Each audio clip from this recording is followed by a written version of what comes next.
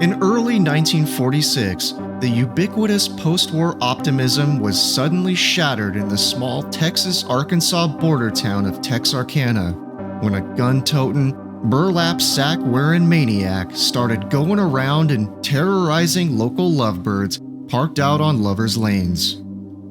The crimes were as horrific as they were senseless and left many paranoid residents wondering if it was someone they knew. The press dubbed him the Phantom. Despite heavy police efforts and dozens of heavily armed vigilantes using themselves as human bait, the Phantom ghosted the town as suddenly as he materialized. But who was he? Why did he do it? And most important of all, could you be next?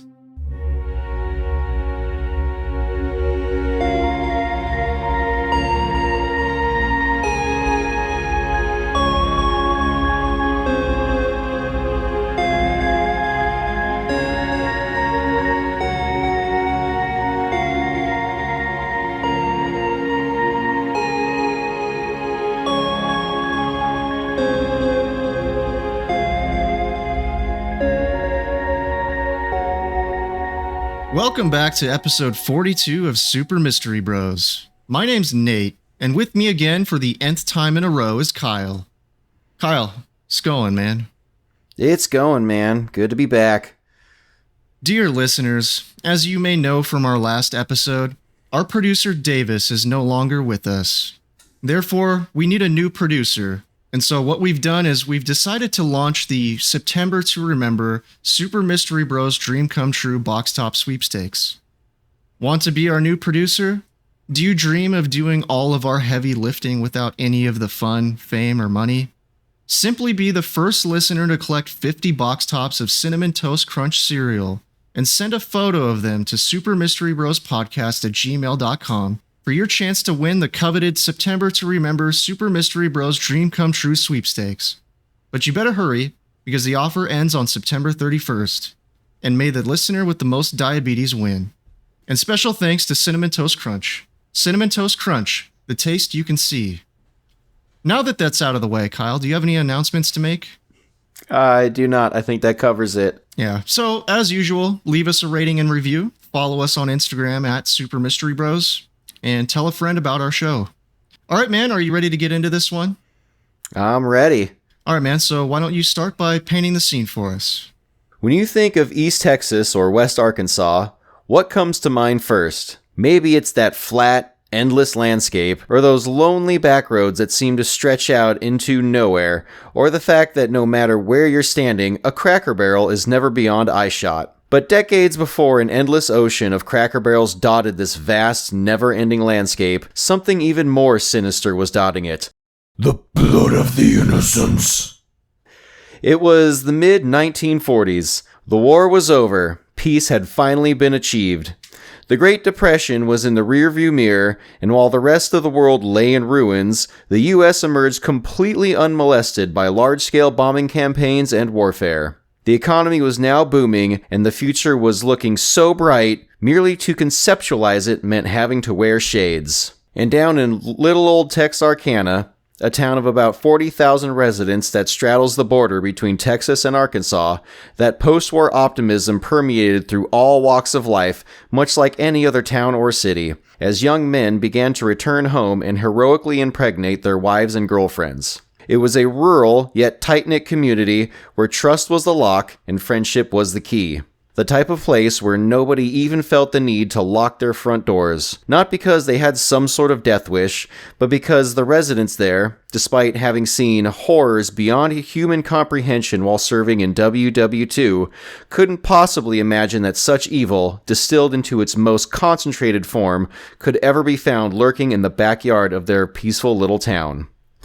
But amidst the backdrop of renewed hope for the future, such optimism was short-lived for the salt-of-the-earth folks of Texarkana, as a wave of terror suddenly and without warning washed over their quaint, quiet little community. A wave that left 5 people dead in its wake.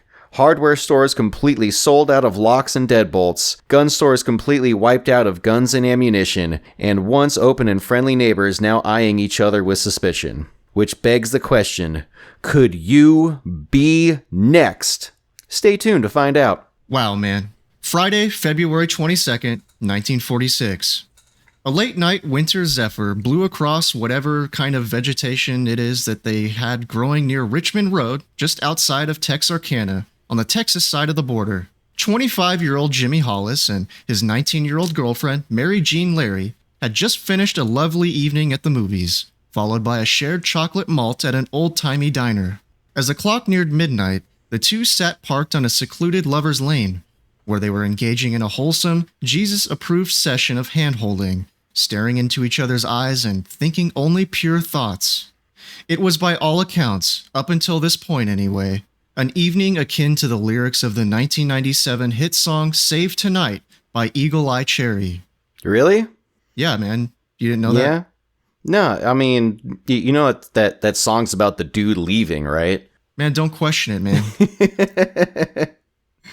Yeah, but the rest of the song is, anyway.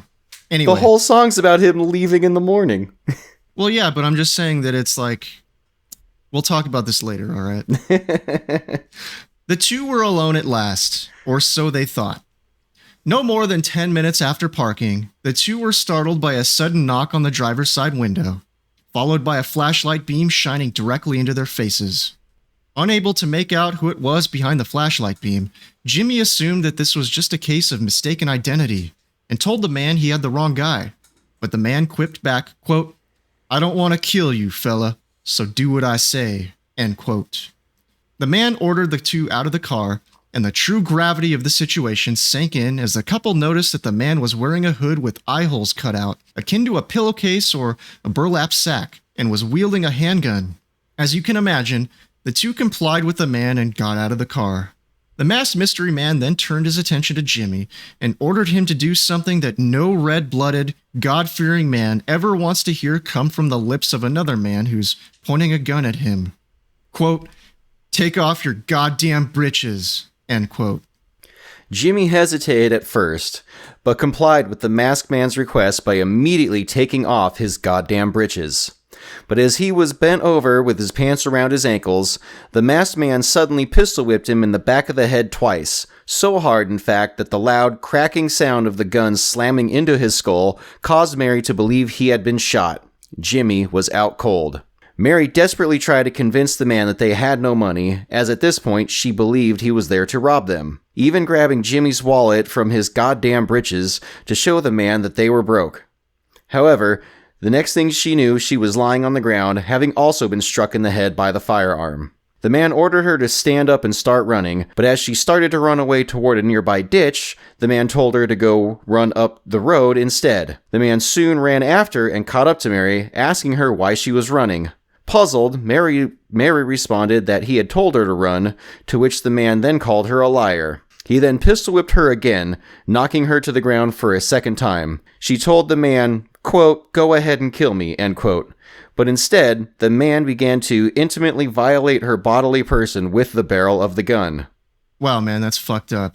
Very. It was after this horrific act that the assailant decided to quit and let Mary go, and she ran half a mile to a nearby house for help, where the good folks there let her in and phoned the police. It was right around this time that Jimmy Hollis was able to regain consciousness and was able to flag down a passing motorist for help. When the police arrived on the scene just 30 minutes later, the assailant was already gone. Jimmy's goddamn britches were later found approximately 100 yards away from the car, presumably discarded by the attacker as he fled the scene. Mary was hospitalized overnight for a minor head wound, while Jimmy had suffered the worst of it, having to be hospitalized for several days to several weeks, depending on the source, due to a fractured skull. Upon being questioned by police, Jimmy and Mary both had differing descriptions of the man. Mary believed the assailant to be a light-skinned black man, while Jimmy, on the other hand, described him as a tan-skinned white man. However, what they did agree on was that he was around 6 feet tall, or 180 centimeters for non-Americans. Jimmy also conceded that he wasn't sure about his features, since it was dark and he was blinded by the flashlight. Having little to go on at the time, the police chalked it up to a random act of violence, and some police investigators didn't even buy their story and believed that they knew who the individual was and were just covering for him. Mary is said to have suffered from nightmares and other symptoms of PTSD in the wake of the attack, and was considering moving all the way to Oklahoma to live with relatives. Although it didn't immediately push her into doing so, what would unfold next did, in fact, convince her to make that decision. Oh, man. All right, so Kyle, can you just give a quick recap of what just happened? It's pretty fucked up.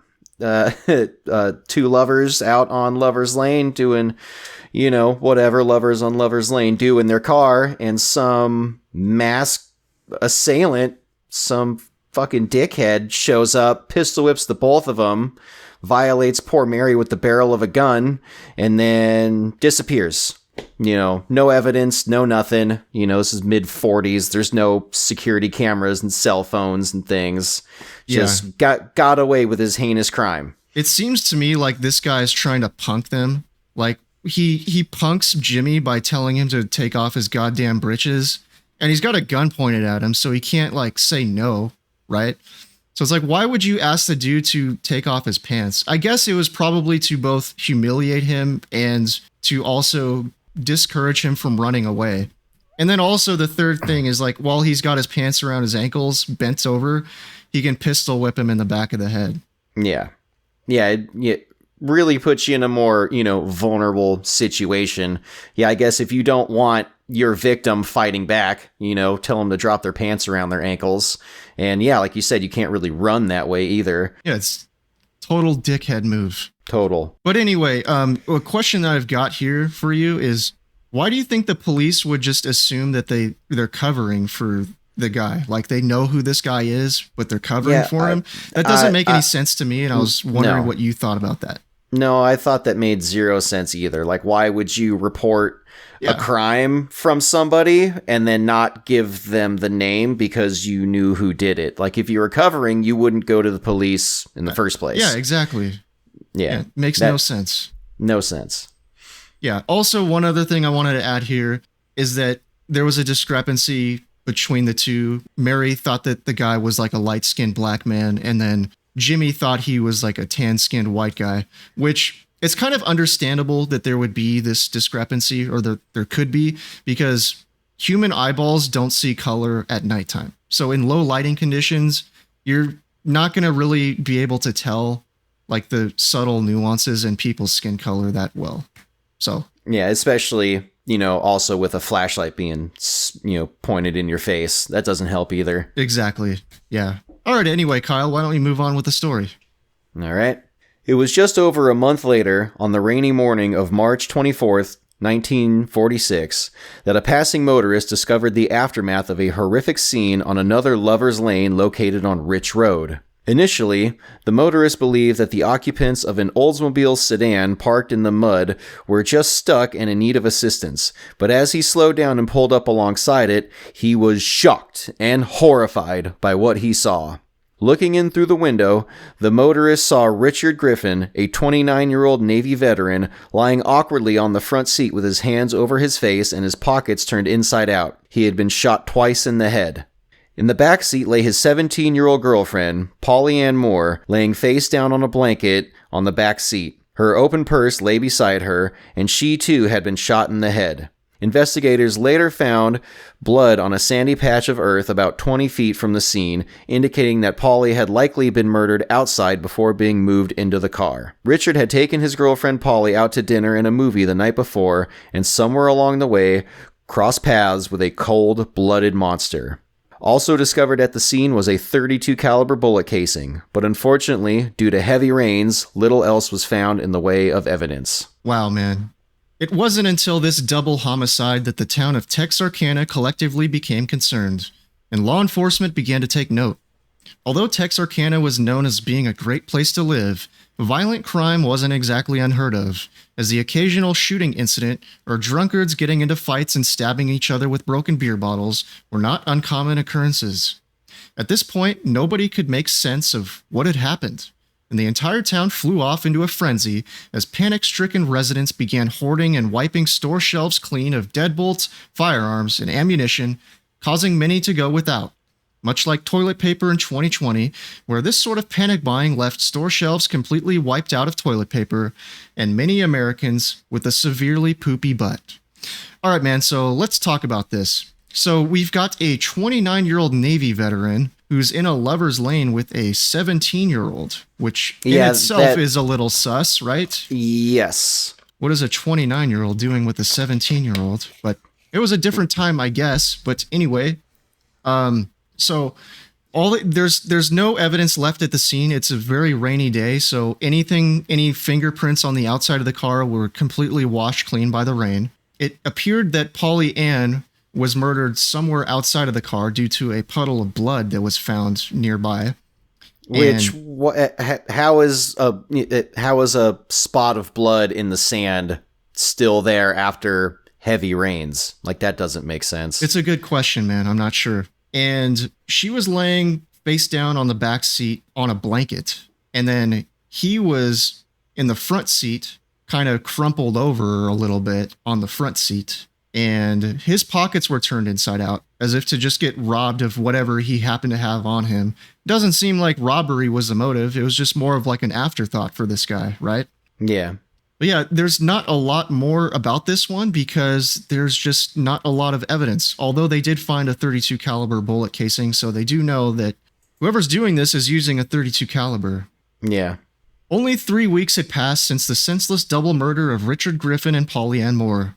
It was Saturday night, April 13th, 1946, and 15-year-old Betty Jo Booker, a straight-A high school junior with a gift and passion for music, was playing the alto saxophone at the local VFW hall with her band, the Rhythmaires. By all accounts, she was laying down some dope saxophone solos all night long, until the performance wrapped up at about 1 a.m. Normally, Betty Jo would be escorted home by an adult or legal guardian after a performance. However, on this night in particular, she was going to a quote-unquote slumber party and was getting a ride there from a 16-year-old boy named Paul Martin, a young man whom she had known since kindergarten. However, after doing so, they for some reason decided to stop at Spring Lake Park, which was a popular spot for teenagers to park their cars and spend some quality time holding each other's hands. But Betty Jo never made it to that slumber party. At about 6:30 a.m. on that morning, Paul Martin was found lying dead on the side of the road by a family who were taking a shortcut while on their way to the Arkansas side of the border.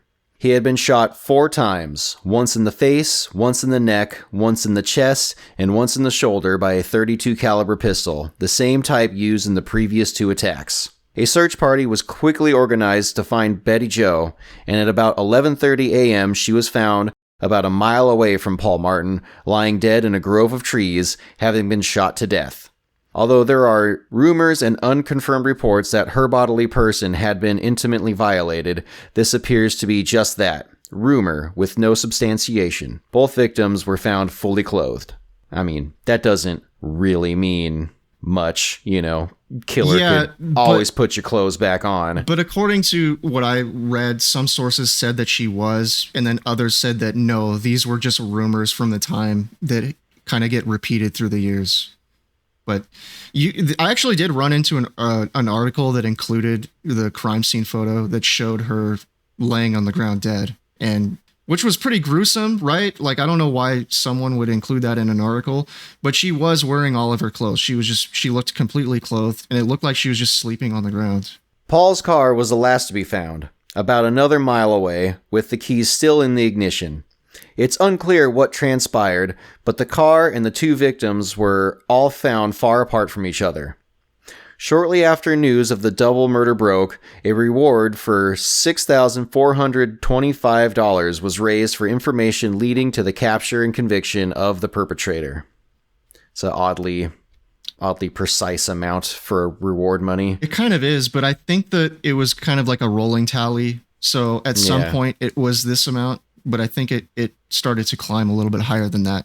But anyway, as for Betty Jo's alto saxophone, a man was arrested in Corpus Christi, Texas, after he tried to sell a similar saxophone to a music store, but left abruptly when the clerk said she would have to check with the manager first.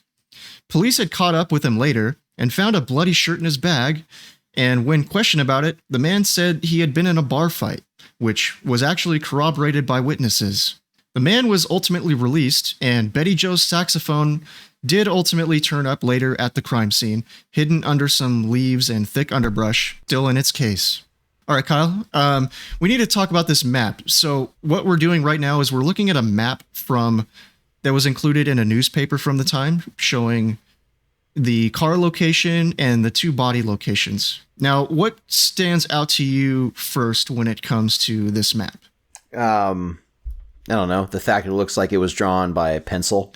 Well, of course it was drawn by hand. It was the 40s, right? Yeah. But what stands out to me is the sheer distance between all three of these. So we've got the car kind of on the eastern side of the map. And then Paul Martin's body was found kind of in the northwest, about a mile away from the car. And then heading southwest from Martin's body is where they found Miss Booker's body, which was about another mile away, which is like, well, how do you think that the crime scene ended up this way? So, in my opinion, I think the attacker rolls up on these two while they're in the car, right? Similar to the first attacks. And probably kills the guy, right? He's your biggest obstacle, your biggest threat for retaliation. Probably takes Miss Booker's body, or takes her while she's still alive elsewhere to torment her and do whatever else.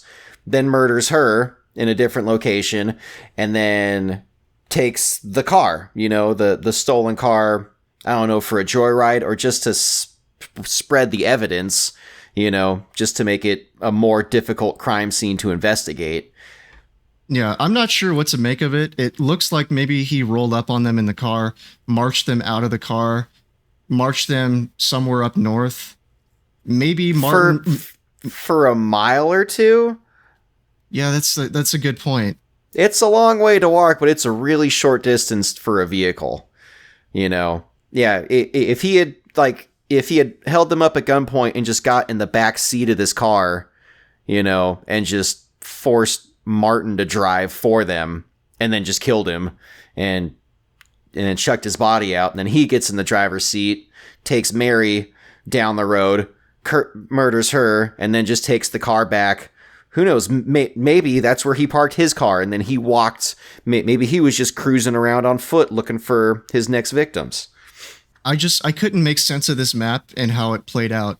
Does that not make sense? No, it kind of does, but I don't know if it would have played out that way, because if he's driving the car with Mary, what does he just have? He's just driving one-handed and pointing a gun at her the whole time or something? Like, I don't know. It just seems like he could lose control of the situation really quick that way.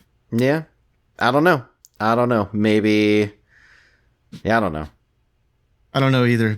But in a nutshell, the car and the two bodies were all found kind of far apart from each other, at least a mile apart. Yeah. I mean, it works, this being, an unsolved case.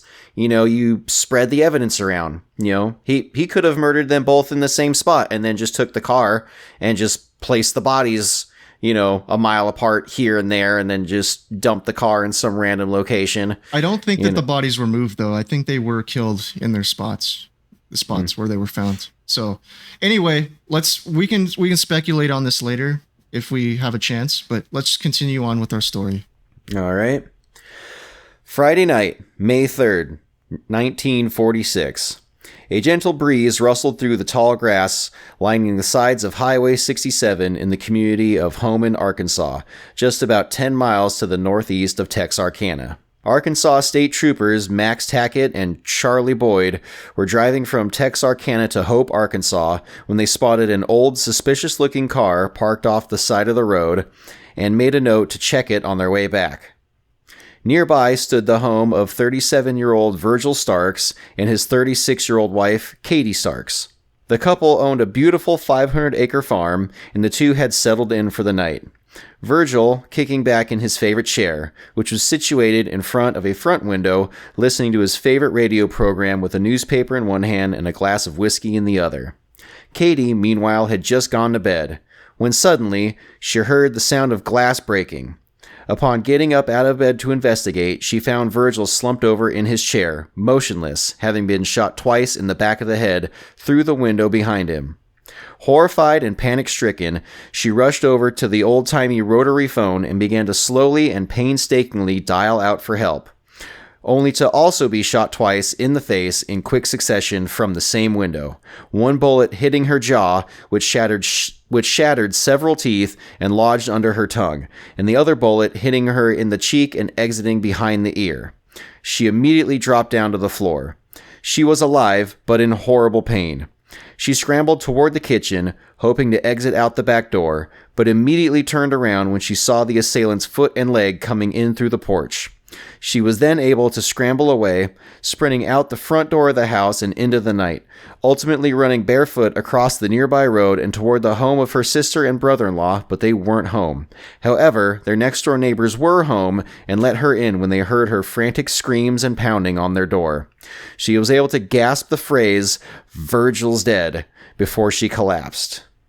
Wow, that's pretty tough. Can you imagine how much pain that would cause you?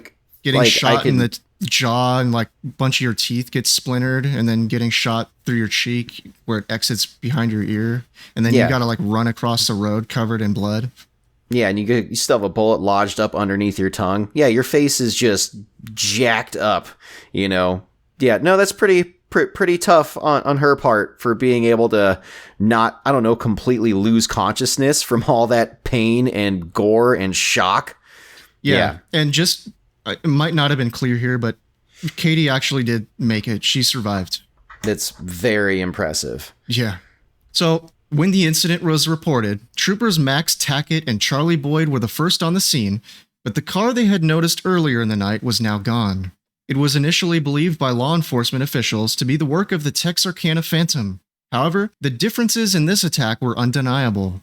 In this instance, a .22 caliber firearm was used, rather than the .32 caliber used in the previous Phantom attacks. And also, the victims were a bit older and simply enjoying the comfort of their own homes before being shot from the shadows without warning, unlike the previous three, which seemed to be young couples out trying to enjoy time together in Lover's Lane type areas.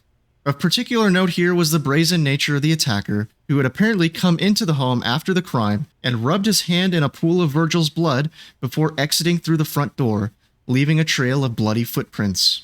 Robbery was ruled out as a motive, as Katie's purse, along with large amounts of cash in the home, were not stolen. Among the evidence found at the scene was a red-handled flashlight that he had dropped outside while making his getaway.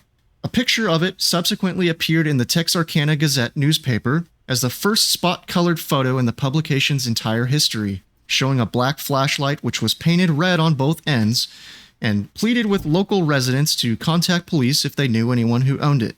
However, although police did initially believe the murder of Virgil Starks and the attempted murder of Katie Starks was the work of the Phantom, the authorities no longer considered this to be the case by 1948. Does it say why anywhere? The MO was different, I believe. That's why. After reviewing it, they think that it was either a copycat or someone who specifically targeted the Starks. I gotcha. But it's still not definitive. It could be the Phantom. We just don't know. It's just that police currently believe that it probably wasn't the Phantom. Yeah. Yeah, I don't know. It just seems like another double homicide in this tiny, sleepy little town around the exact same time. We'll talk about it later. Yeah. Dr. James Grigson, a Dallas forensic psychologist who was a young teenager living in Texarkana at the time of the Phantom killings, told the Dallas Observer in 2001, quote, "The first three attacks were obviously committed by someone with a psychopathic personality. The attacker was not only cold-blooded, but obviously very angry. I suspect a great deal of that anger had to do with rejection he felt from women and, very likely, hostility toward males who had accomplished more with their lives than he had.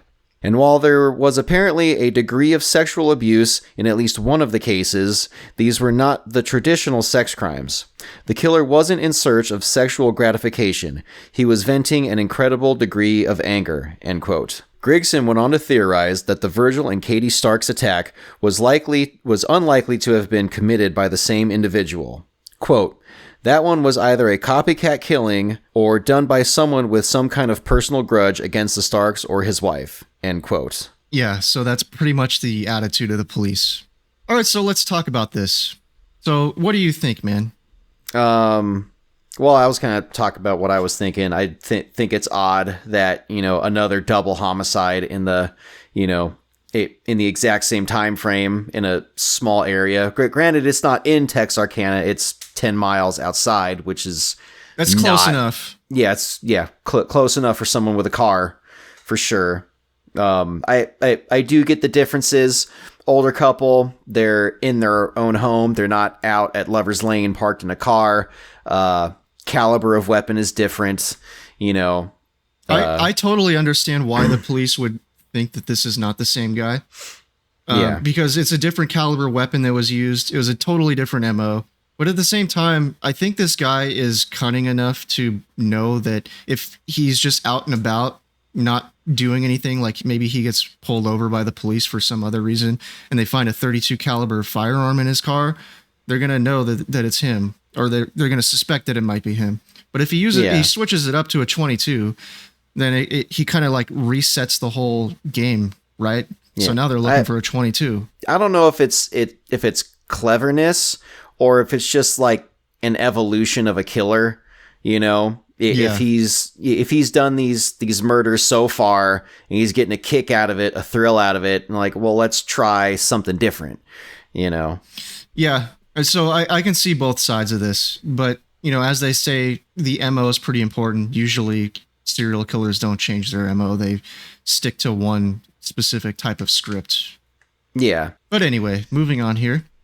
Over the course of the investigation, the police received countless tips from the general public, some of which were provided in bad faith to police with the goal of ruining someone they don't like's life and or reputation. Even stranger were the people who falsely admitted to being the Phantom Killer. For instance, a man drinking at a bar admitted to a group of patrons that he was the Phantom Killer. Unbeknownst to him, though, one of those men was a local newspaper reporter who immediately phoned the police and had him arrested. As it turns out, the man was just the town drunk, who admitted to being the Phantom Killer in order to get free drinks from the rest of the men once he ran out of beer money.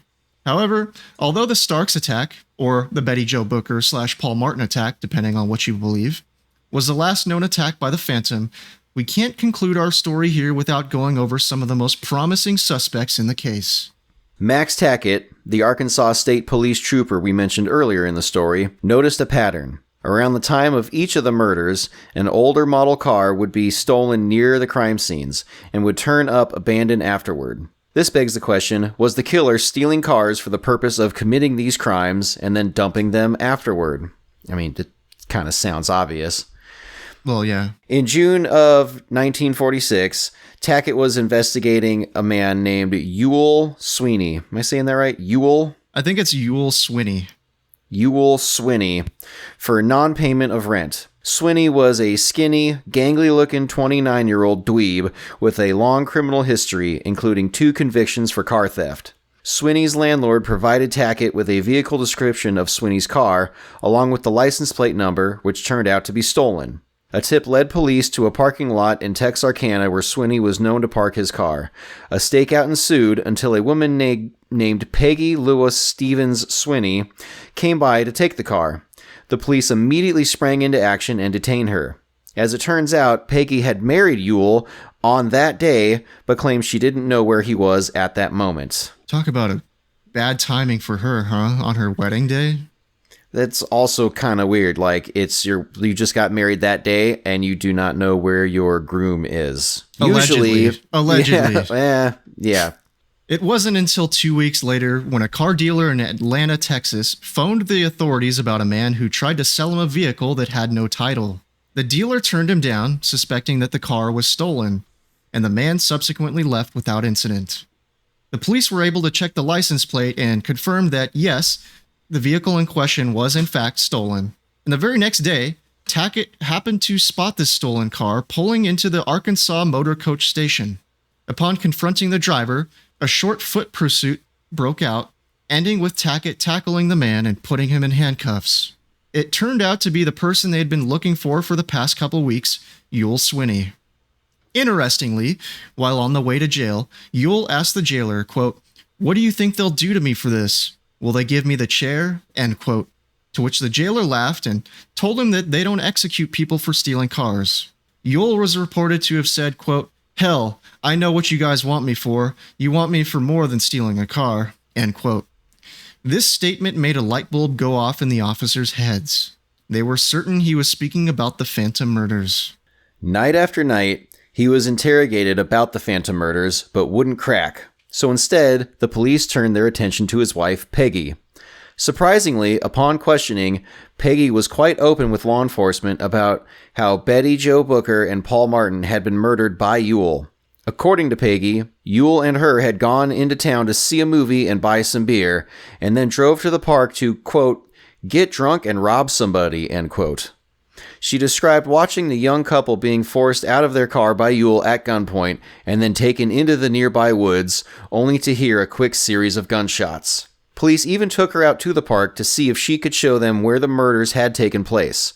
And although she couldn't locate the exact area, she did get pretty close. Additionally, she recalled her husband taking something out of Paul Martin's pocket and then tossing it away in a nearby ditch. As it turns out, one detail that the police had been holding back from the public was that a small date book belonging to Martin had been found in a washed-out area not too far from his body. She also described throwing Betty Jo's saxophone out of the car window as they drove back toward town, in the area where it was ultimately recovered. As promising as Yule Swinney seemed as a suspect, though, a couple things do work against him. The firearm was never found in his possession, and his fingerprints didn't match any that were found at any of the scenes. Peggy also later recanted her confession, and as Swinney's wife, could not legally be compelled to testify against her husband. Furthermore, Peggy was noted to be of low intelligence. Tillman Johnson, an investigator who was working on the case, was quoted as saying, quote, "Peggy's bread wasn't baked.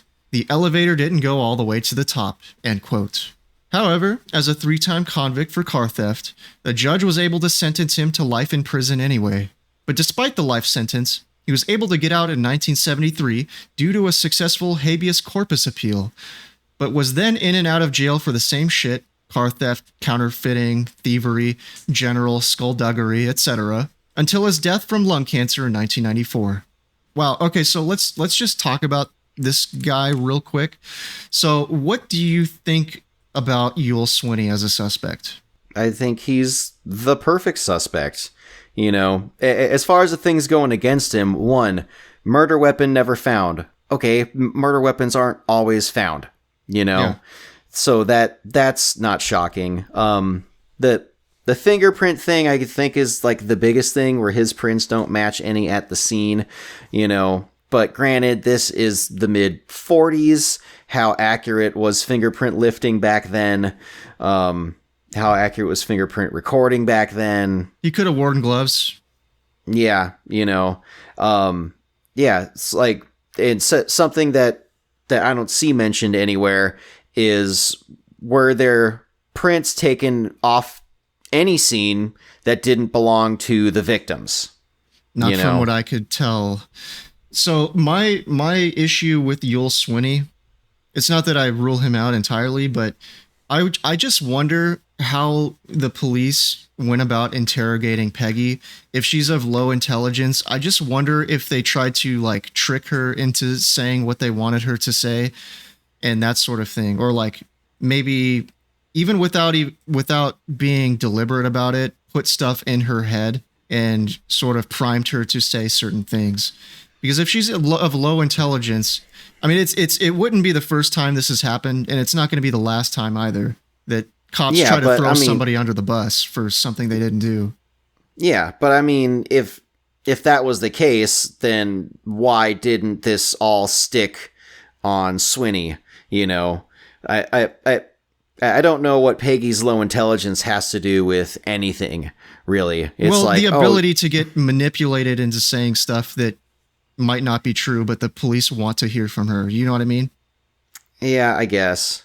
So if it, like, someone of very low intelligence is gonna basically be cannon fodder for police interrogations, and police are gonna be able to manipulate someone of low intelligence into basically saying anything they want. That's the point I'm trying to make here. So yeah, when it comes to Peggy's confession, it's promising on the surface, but I'm still not sure about it. I would like to know what exactly that interrogation entailed. I would love to like read a transcript of the exact interrogation to like know whether they manipulated her into confessing to this stuff or if she did this on her own. Yeah. So you saying that this investigator, Tillman Johnson, brought up her low intelligence because he thinks that her testimony shouldn't hold up in court? Or no. So he brought up her low intelligence basically to just tell you who we're dealing with here, right? I gotcha. So you came up with this, probably coerced because she's stupid. I'm not even saying probably. I'm just saying maybe. I gotcha. So okay. So I get that as like a maybe, but I still think that's kind of thin to toss Yule out as the prime suspect. Oh no, I'm definitely not tossing him out at all. I'm just saying like you need to put a little asterisk next to him because I don't know how reliable Peggy's testimony can be if she's of low intelligence. And according to Tillman, her bread wasn't baked and the elevator doesn't go all the way to the top. So imagine several police interrogators who are highly professional and know exactly what they're doing and have been doing this for years. They could run victory laps around her, manipulate her into saying anything they want her to say. I mean, theoretically anyway. Yeah. All right. So why don't you move on to the second most popular suspect? Moving on. Arguably, the second most popular suspect in the case was a teenager named Henry Booker Tennyson, or Duty for short. Man, how many times you gotta shit your pants in class to earn the nickname Duty? Actually, probably only once. You think he shit his pants when he was like 5 years old and everyone started calling him Duty? Duty. Oh, yeah, just that one time you shit your pants when you're still a toddler. Remember when Henry shit his fucking pants when he was 6? So that's why he got the nickname Duty. It's kind of like Shitty from Trailer Park Boys. He shit himself when he was a little guy. Now everyone calls him Shitty. Yeah, just that horrible name you can't escape. At the time of the killings, he was a 16-year-old high school sophomore at Texarkana High School. He was completely off the radar until November 4th, 1948, about 2.5 years after the killings, when he decided to leave this world for good by drinking mercury cyanide. In a note left behind, he said, quote, "Why did I take my own life? Well, when you committed 2 double murders, you would too. Yes, I did kill Betty Jo Booker and Paul Martin in the city park that night and killed Mr. Starks and tried to get Mrs. Starks." End quote. Other passages he wrote claimed that, quote, "I did it when Mother was either out or asleep and no one saw me do it. For the guns, I disassembled them and discarded them in different places." End quote. However, other writings found of his could be regarded as recantations, with one saying, quote, "Please disregard all other messages which I have written as possible reasons for taking my own life." End quote. However, one thing to note is that Duty's friend James Freeman was questioned after he took his own life and provided an alibi for him on the night of the attack on Virgil and Katie Starks. They were playing cards and checkers at Duty's home. All right, so what do you think about Duty as a suspect? I don't think anything of Duty as a suspect. Neither do I. Yeah, you can write whatever you want in your final farewell note.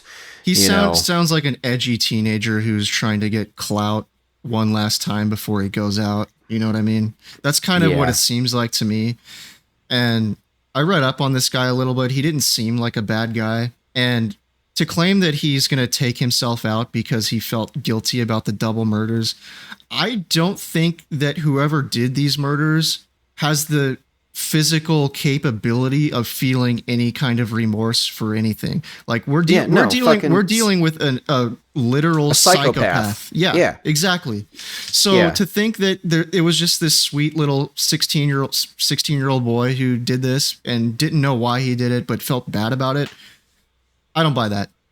Yeah, I don't buy that either. Yeah. And then to go on the whole alibi thing, it's like, I mean, I know we've already dismissed him as a suspect, but I dismissed this alibi too, right? Your friend said that you were at home playing cards and checkers. That's your only alibi. That doesn't hold up either. So one other thing too is that I remember, I didn't actually read this recently, but I remember reading that most serial killers start to operate when they're between the ages of 25 and 35. So you're telling me a 16-year, not impossible, right? But 16-year-old, just less likely. A 16-year-old starting to commit double murders and shit like this, like that I don't think so.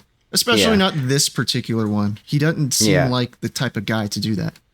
Yeah. Also, given the time, you would think that maybe a psychopath might be someone who has come back from the war, someone who killed overseas in combat and figured out that they really enjoyed it. It could be the case. Yeah, it could be. So that lightweight theory of mine does not apply to teenagers because he would have not been in the war. Yeah, I mean, doesn't rule him in or out though. All right, so the rest of the known suspects we're going to pull straight from the world's most trusted source of information, Wikipedia, just so that we can give them all just a quick honorable mention here before we wrap up. So, Kyle, do you want to start with Actually, no, I'm going to start with the first one here. So, let's go with the next guy, Ralph Bauman. Ralph Bauman, a 21-year-old ex-Army Air Force machine gunner, claimed to have awoken from a fugue state of several weeks on the day of the Starks murder, with his rifle missing. He said that he heard about a suspect matching his description and hitchhiked to Los Angeles, feeling like he was running from murder. On May 23rd, he told Los Angeles police that he thought he might be the Phantom. Quote, "I'm my own suspect," end quote, he said. Police arrested him, but they stated that several parts of the man's story had little basis in fact. Bauman said that he'd been discharged from the AAF for being a psychoneurotic, and he had previously confessed to killing 3 people in Texarkana in a period of 3 days, which did not match the timeline of killings. So, what do you think about him? I don't think he's our guy. I do see how he could have major mental issues, probably stemming from PTSD, considering he's a Army Air Force machine gunner. So that to me says I sit in the side door of a Huey with an M60 and I just not a Huey during this court. I'm thinking of the wrong war. Yeah, I'm sorry, I'm thinking of the wrong war. Yeah, maybe of a B-17. Shooting at German fighters, but same thing. Yeah, B-17 crews had really short-lived, experience. Most of them, just flying through black clouds of flak. Yeah, I think that'd mess you up. Yeah, but it seems to me like he probably wasn't a psychopath though, because he seemed to feel remorse for it, and he was kind of confused because he woke up from this like psychotic state without any memory of what was going on. But I don't know. He doesn't seem too promising to me. I don't think it's him. No. All right. How about the anonymous saxophone peddler?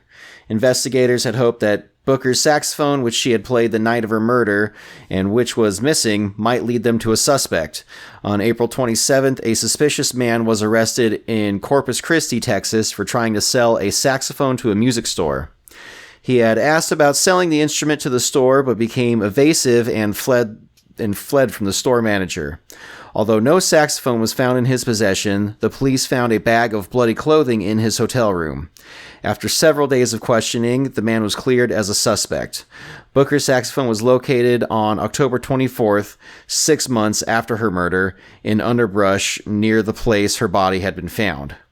So, what do you think about this? Do you think it's just a coincidence that this guy, maybe it was like some other person's stolen saxophone this guy tried to sell? Or conversely, if you think it is this guy, he like went back to the scene of the crime and stashed it under some brush or something. So the only weird thing about the sax being found 6 months later in underbrush, right, is like you'd think that upon original investigation, the whole area is combed through as thoroughly as possible to find any amount of evidence, like bullet casings and any little thing you could possibly find. So you're talking 6 months later, when underbrush has grown even thicker, that they suddenly find this saxophone case. That does strike me as weird. This guy, on the other hand, you know, with the bloody clothing, because isn't this the same guy we talked about earlier? And the bloody clothing was from like a bar fight, which other people corroborated that story that he had been in a bar fight. So this is the same guy from earlier in the story. Yeah. So yeah, I don't think that this is our guy. Yeah. The finding the sax 6 months later does strike me as odd, though. Or what was it? Peggy that pointed to them. Like, was that why they found the sax? Was she pointed it out? Oh, that's a good question. I'm not sure, honestly. That's a really good question. I'm not sure how Peggy and her story fits into this at all. Yeah, I was thinking about that as we ran through it, you know, just the way I read it was like, oh, is that why they found the sax 6 months later? Did Peggy point that out to them? Because I'm not sure. I don't think so. But because that'd be a smoking gun right there. Yeah, that would be. But because I think that it would have been more prominent in the story if that were the case, because that would be a smoking gun. So I don't think that it was Peggy that led them to find it. I think it was just found more by random chance. We would have to go back and check all the dates and find out how long after that murder that what's his nuts and Peggy got arrested, because if all that matches up. So just to kind of give the listeners an FYI here, I based this story on several different articles, and some of the details conflicted with each other, so I wasn't sure what to make of it.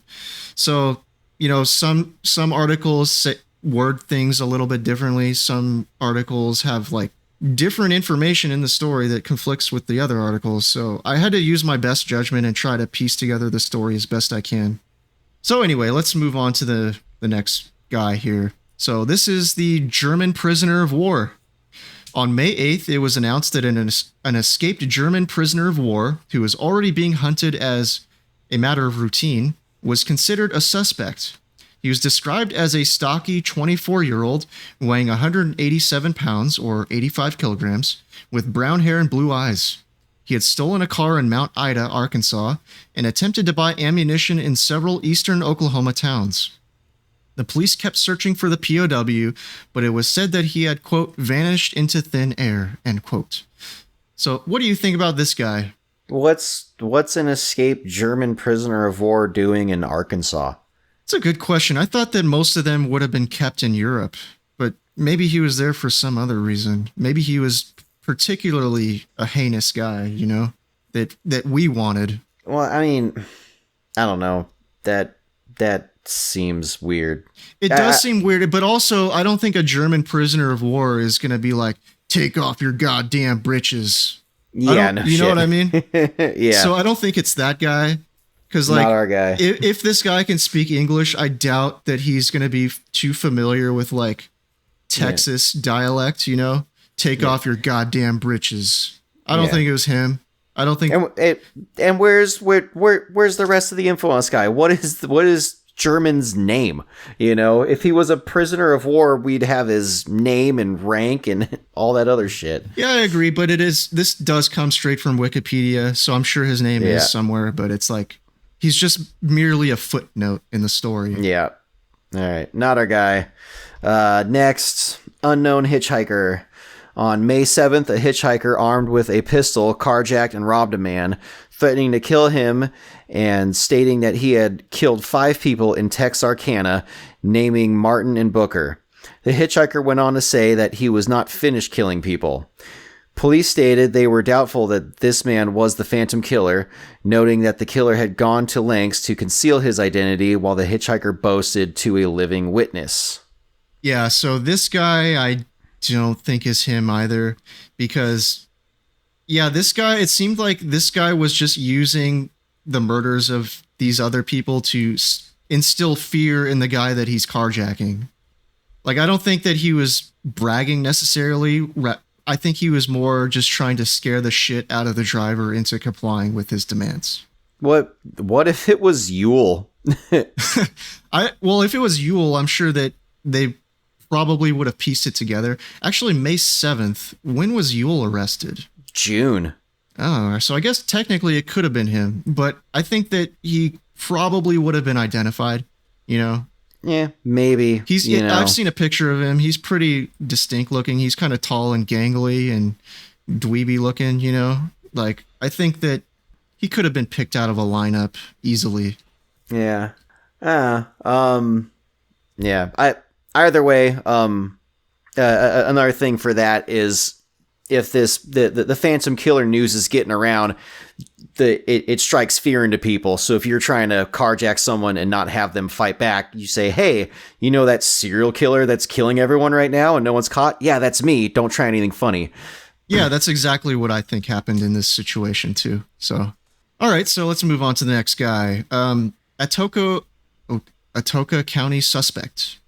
On May 10th in Atoka, Oklahoma, a man assaulted a woman in her home, ranting that he might as well kill her because he had already killed 3 or 4 people and that he was going to R-word her. He then fled. A widespread search for the man included 20 officers and 160 residents. 2 days later, police arrested a suspect but did not believe this man was the Phantom. According to the man's story, he could not have been in Texarkana at the time of the Starks murder.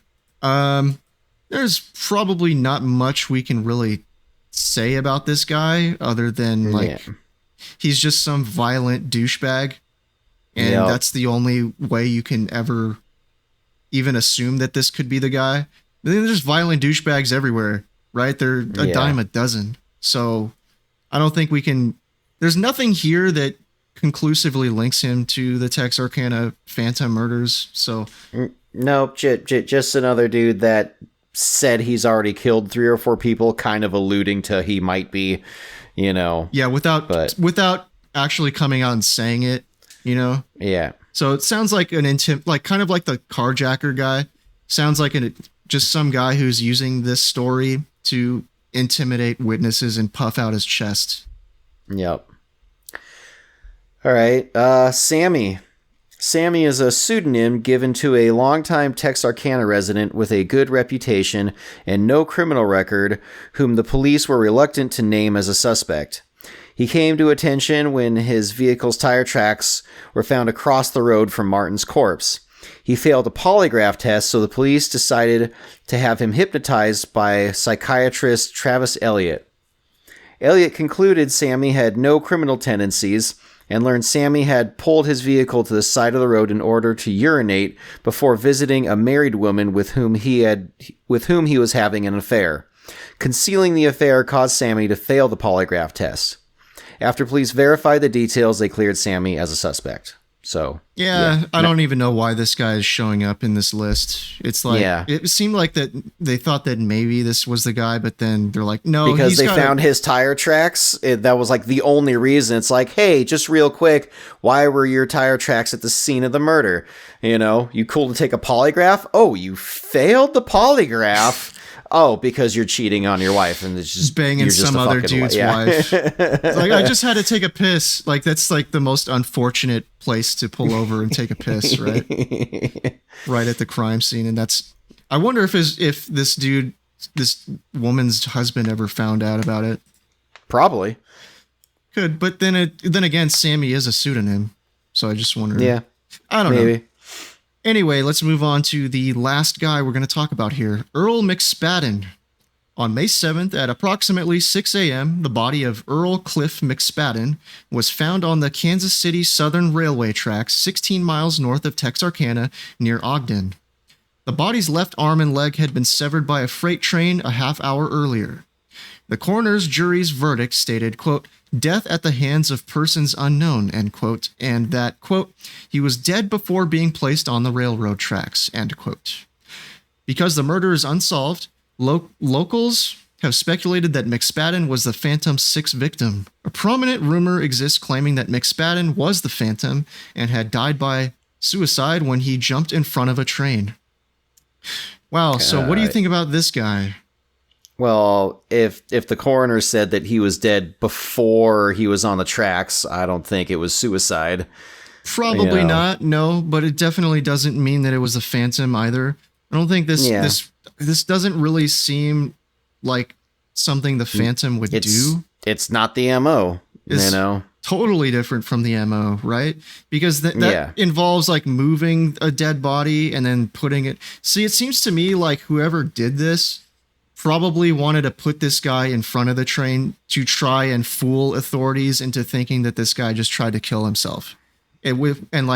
Was hoping that the authorities wouldn't look too deeply into it. But then they actually did an autopsy on the guy and determined that no, he was dead before he was on the tracks. So it seemed like they tried to cover up a murder by putting him on the tracks, and that was the point. Whereas to make it seemed like the Texarkana Phantom wanted to do this string of murders to like specifically cause terror, which would be the complete opposite of whoever killed Earl McSpadden, right? Yeah. So anyway, those are my thoughts. All right, man, are you ready to try and solve this sumbitch once and for all? Yeah. I mean, in my opinion, I think it's fucking pretty obvious with the information available. Well, hold on a second. So I do have some questions that I want to talk this out with you before we actually start throwing names out there. Okay. So I want to know, what do you think this guy's motive was? The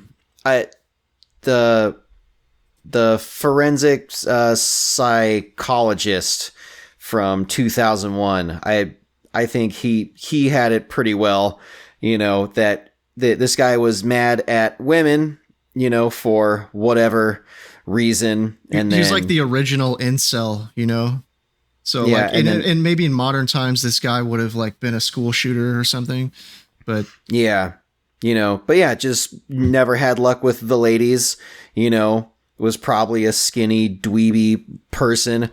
And and then just mad at like the dudes who had it all, who had the the looks and the athleticism and everything else, and the chicks all swooned over. That's where I think that stems from. I actually agree with you. I 100% agree with you. I think this guy was really angry about his situation in life, or whatever cards he was dealt, and was also born as a complete psychopath who's incapable of feeling remorse, right? So no empathy either, but just a huge amount of bottled up rage. And he probably did this to let some of that out. So I think that was probably his main motivation. And then the other is to basically cause as much terror as possible as well. So, moving on though, real quick. So do you think that the Starks incident was the same guy, or do you think that it was somebody else? I'm kind of torn on that, because like I said earlier, I kind of thought about like the evolution of a killer. It's like you're getting your kicks murdering people. Why not try something different? Mm-hmm. But at the same time, like you said, with serial killers, especially if you've already killed in the same way, in the same fashion multiple times, why the sudden change up? Yeah. So I'm pretty much on board with everything you just said there too. So like, to me, I don't even know. I'm pretty much split down the middle on whether this was the same guy. So, I could see this from kind of both ways, that yes, serial killers, people who are fucked up like this, they typically don't change up the way they do it. They usually choose the same types of victims in the same types of locations in the same way, right? But I can also see it in a way that like the heat was really fucking heavy during this time. And I could see him maybe switching his 32 to a 22 just in case he does get picked up by the police. He has a 22 instead of a 32. So maybe the police, in his mind, the police won't think it's him because he's carrying a different gun than the killer. And then also the MO, I don't know why he would switch it up to a house. Maybe because he just thinks that the police are looking in lovers' lanes and they wouldn't be looking for him out in the country walking through people's cornfields and shit or whatever they grow in Arkansas. And so like I could see it from that angle too, that maybe he wanted to switch it up there. But then again, it's like it's so different. And then the rubbing his hand through the pool of Virgil's blood almost sounds personal to me. Like maybe it was somebody who was like had a vendetta against Virgil. Yeah. But we don't, that also sounds like a psychopathic thing to do as well. Run your hand through your victim's it's true pool too. of blood. Fuck, I don't know. But so how do you feel about Yul Sweeney? Man, that seems like the guy, especially being, scrawny, and dweeby like they described him, would kind of fit. Well, that's how I described him. Oh, okay. Just to be fair, that's how I described him. I saw a picture of him. Had his like pants hiked up to his belly button and just like really tall and gangly looking and shit. Yeah. And yeah, criminal record, already stealing cars. Already like a ne'er-do-well. And also like cars were stolen nearby the crime scenes and kind of just dumped afterwards. So yeah. It seems like if it was him, I could see him stealing cars, driving around looking for victims, and then just like dumping the car right after. Yeah.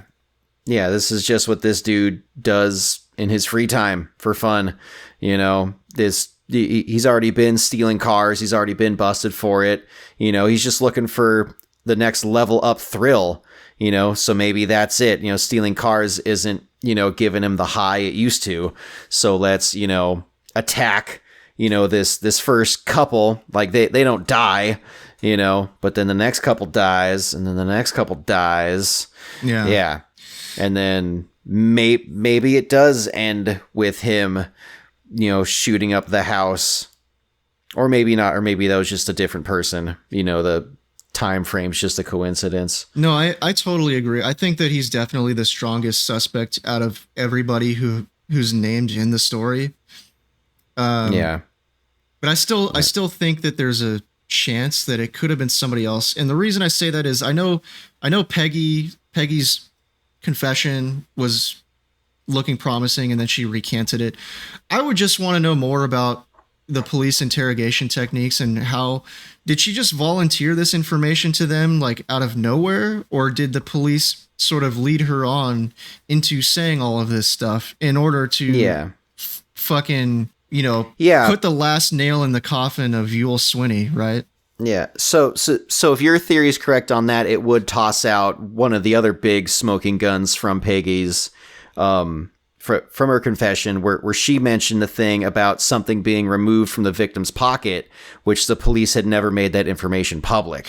Right. Right. But I mean, like, here's an example I want to give you. So what if during the interrogation, the cop said, well, Peggy, did you see Yul remove anything from the victim's pocket, like some papers or anything like that? And then if she says, oh yeah, I saw him remove some papers, then they can leave out the part about him asking about that and just say that she volunteered that information. That's the kind of thing I'm talking about here. Yeah, yeah.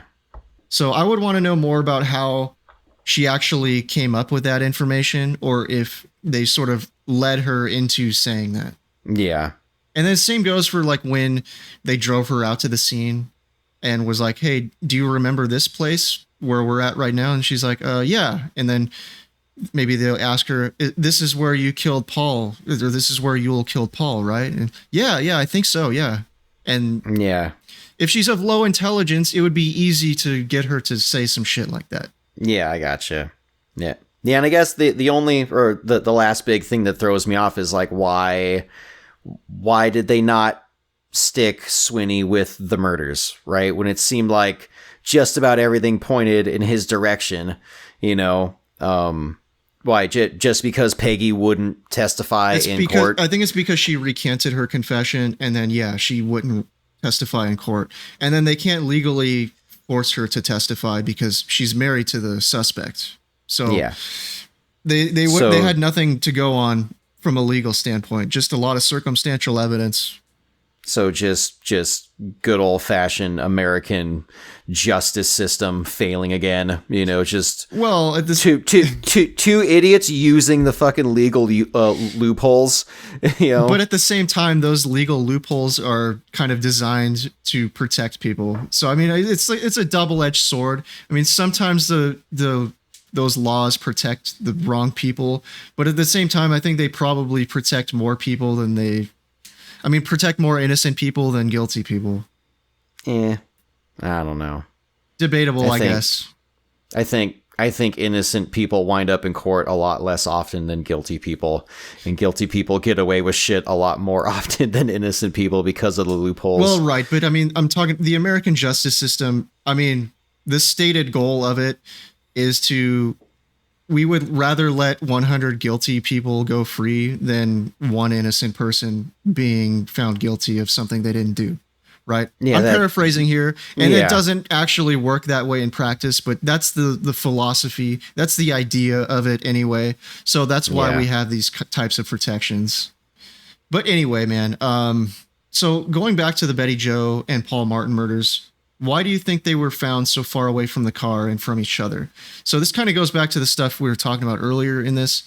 You still think that maybe he carjacked them sort of at gunpoint, drove them somewhere, maybe had like Paul get out of the car, he shoots him, then drives Betty somewhere else and shoots her? I mean, it does seem likely that they were in a car with the guy at some point, because it was like a mile away from each other. I guess it's possible he could have marched them that far. And then also one other thing that threw me off was Peggy's story was that she heard him march them into the woods and she heard some quick gunshots, but that would kind of imply that they were both killed at the same spot, but they were found a mile away from each other.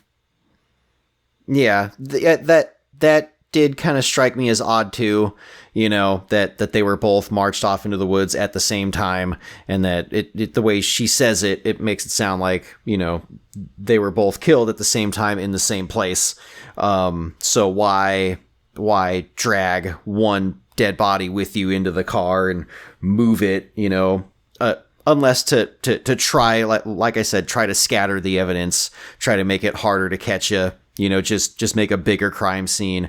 And then at the same time, we're not giving full credit to literally anything Peggy said at all anyways. Well, it's not that I don't give her any credit. It's just like on the surface, it seems very promising, but there's some potentially deep problems with this narrative that she just volunteered this information by herself. So great grain of salt with everything she says. Pretty much, yeah. And like Tillman said, her bread wasn't baked and the elevator didn't go all the way to the top, which is like, okay, well, it's not too surprising that somebody like this could theoretically be coerced into confessing into stuff they didn't do or didn't see. Yeah. So, well, regardless of where the two victims were actually killed, I still stand by, I think everything is spread out, a mile or so apart, the car and each victim, because they tried to scatter the evidence to make a larger crime scene to make it harder to catch the perpetrator. Yeah, it could be, man. So why do you think the phantom killing stopped so abruptly? Because Swinney was arrested and sentenced to life in prison, and then he got out, in like the 90s? No, 70s. And then he died in the 90s. Yeah. I would tend to agree with you. I do think that Yul Swinney probably was the guy. At least he's the strongest suspect out of all the ones we named, right? Yeah. But I'm only going to say, I'm 60% sure it was him, which leaves a huge percentage chance that it could have been somebody that's just not even on this list or not even on anybody's radar. Like I said, I would want to know more about Peggy's confessions and how reliable those could be. That's where I stand. I'm 95% sure it was Swinney. I'll throw another really lightweight theory. I have something that is kind of always rolling around in my mind, thinking that the killer was a veteran with PTSD or something, or like I said, someone that was in the war, who found like a thirst or hunger for killing. One of the things that kind of pointed me in that direction was the pistol caliber, right? So when I read there was a 32 in the first murders, that's not a caliber I'm familiar with. So I looked it up. It's like, what uses a 32? Well, some really popular officers' weapons in Europe from World War II, the Walther PPK, James Bond's gun, it is a 32. Certain Mausers, which German officers used. Was the Luger a 32? I did not see Luger on the list. I can't remember, but yeah. So you think that it could have been? Well, I guess wouldn't that put some weight into maybe it was that German guy? Probably not, but. Except I don't think a prisoner of war was, allowed to bring his Luger home. That's true. Or his Mauser home from Germany, It was a little rabbit hole I went down. I chased this rabbit hole of what does 32 caliber casing at the scene mean? Like what guns in that time, in the era, used 32? Well, there was some really popular, military issue officer sidearms. Did the U.S. use 32? Yes. Not as popular, but some higher ranking officials. I forget the model that they carried. But so the standard issue sidearm for officers in World War II was the 1911, fired a 45 ACP. Right. Yeah. But in what I was reading, some generals opted for a lighter weight automatic pistol, which fired a 32. I can't remember which one. But also, as I dug into this further, I found out that at the time in America, for personal defense, self-carry, 32 caliber was actually the most popular caliber for personal concealed carry for personal defense. So things like Derringers, purse guns, right. You don't really see them much anymore. I guess it doesn't really say much then if it was really that common. Yeah. Like I said, it was a lightweight theory, but it was this rabbit hole I went down. The moment I read 32 casing at the first murder scene, my mind immediately went, what kind of gun could that have been? Without even reading any further, I kind of just went off on that because I like guns, and an odd caliber like that, because I had never heard of 32 ACP before. So I looked it up. And then that's what made me think, oh, maybe it's a veteran. Maybe this is a Mauser or a Walther PPK, which is also German. Maybe this came from overseas. Maybe it's a veteran with PTSD or something. But we do know that it's a pistol. And another thing that just crossed my mind is if all four of these incidents were the same guy, it almost seems like using a handgun to commit the Virgil and Katie Starks killings, like that might not be the most ideal weapon anyway. So if this guy came out and was like, I'm going to go hunting people through their windows at night, so he's probably going to bring like a 22 rifle or something instead of a 32 pistol. We know it was a pistol because the first incident, it was described as a handgun. So it almost seems like he's going to try to shoot people through their windows from maybe from a slight distance away. Maybe a pistol wouldn't be the right choice anyway. He might opt to bring something else. Well, so I get that. But you also got to understand, 22 caliber, 22 long rifle, they make it for rifles and pistols, or they make pistols and rifles that chamber that round. Oh yeah, I'm not saying that they don't. I'm just saying he might have had a 22 rifle, something that's like maybe it's weaker, but it's like it's more accurate from a distance. Yeah, I do get that, but also, as soon as Virgil is shot and killed, Katie gets up and comes downstairs to check on him, and she's immediately shot too. And as she tries to get out the back door, dude's already coming in the back door. Yeah. So and assuming it's the same guy who did the 32 caliber killings, he likes to be up close and personal, right? And this chair, Virgil had his back to the window, so I think he walked up with a .22 pistol at a very close range because he liked to be up close and personal, and got Virgil through the window. And then as Katie came running down the stairs, she was just perfect target. Yeah, shit. I think you could be right, but it makes me wonder if maybe this guy decided to do this from a medium, kind of like a medium distance, not super close up, just sniping, not even sniping, but just from a distance.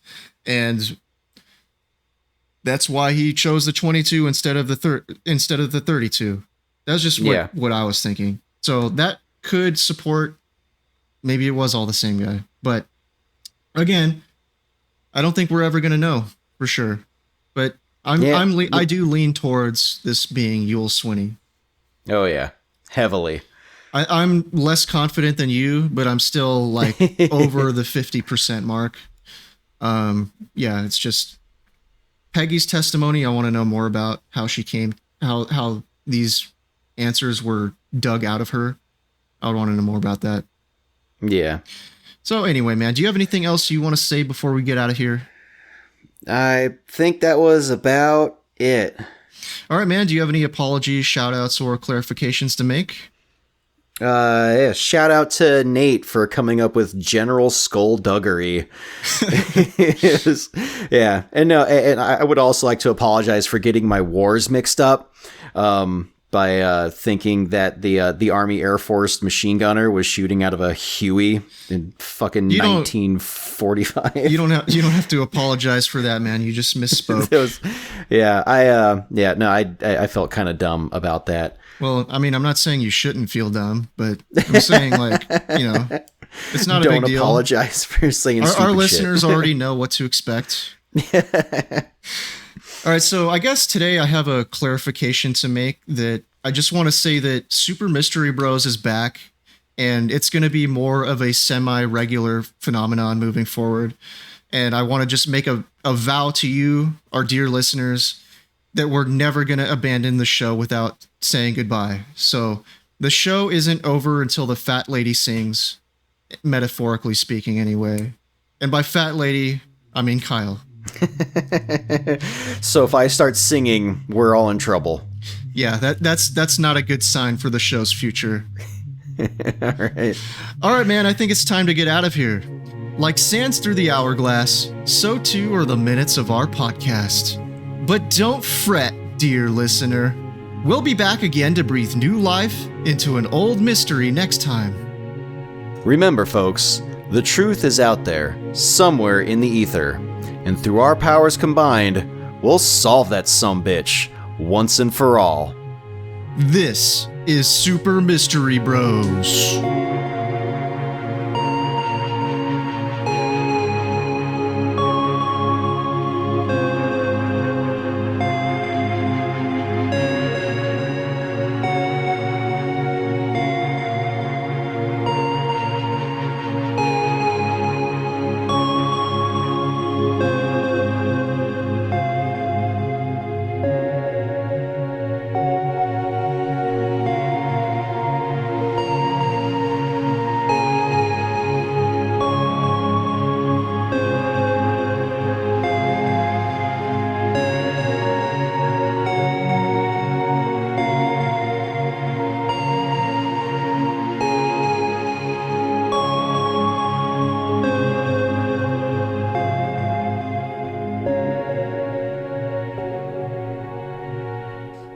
Similar experience I had, very minor, but I went out drinking for like a coworker's birthday years and years ago when I was still in San Diego, right? It was me, fucking birthday boy, and like one other coworker and like dude's girlfriend. And we went to like a bar and I bought a bucket of beer for us, right?